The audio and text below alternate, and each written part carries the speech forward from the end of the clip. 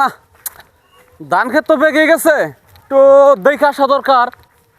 ও দেশে বর্তমানে সরকার নাই, হ্যাঁ, কেডা কোন সময় লয়া জায়গা ধান কাইটা তার কোনো ই আছে নাকি, ঠিক আছে নাকি? না সরকার ভাই আমার বিচার করবো রে।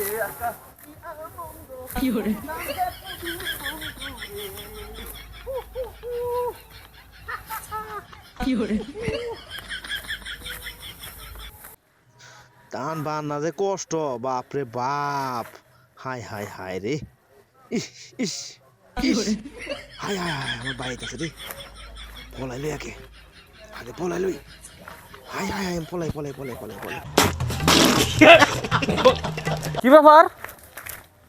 আমি এই এলাকার প্রভাবশালী লোক, আমার কাছে ধান কাটছে কেডা? এমন সাহসটা কার আছে? সাহস থাকলে সামনে আয় দিয়ে আমার।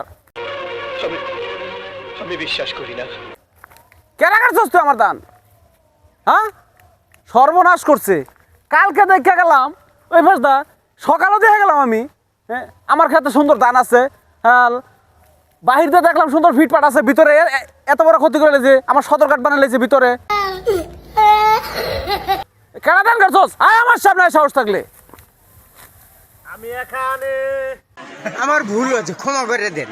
সরি, আমার ভুল হয়ে গেছে। দেশের সরকার না, আমি কাটবো না, কে কাটবে? আমার বাবার ক্ষেত।